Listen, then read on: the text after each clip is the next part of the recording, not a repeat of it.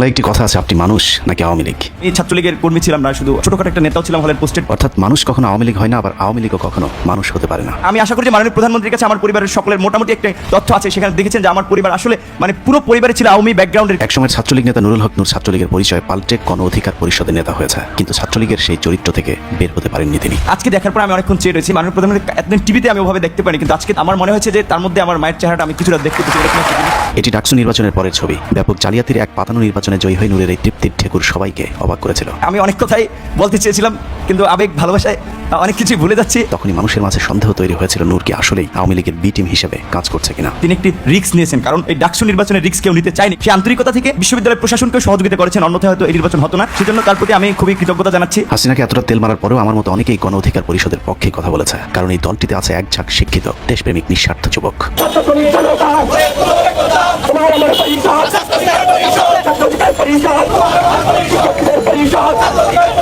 এত সৎ সাহসী পরিশ্রমী হবার পরেও গণ অধিকার পরিষদের থলেতে আজ শুধু দুর্নাম ছাড়া আর কিছুই নেই। এর কারণ একটি ভুল নেতৃত্বের হাতে পরিচালিত হয়েছে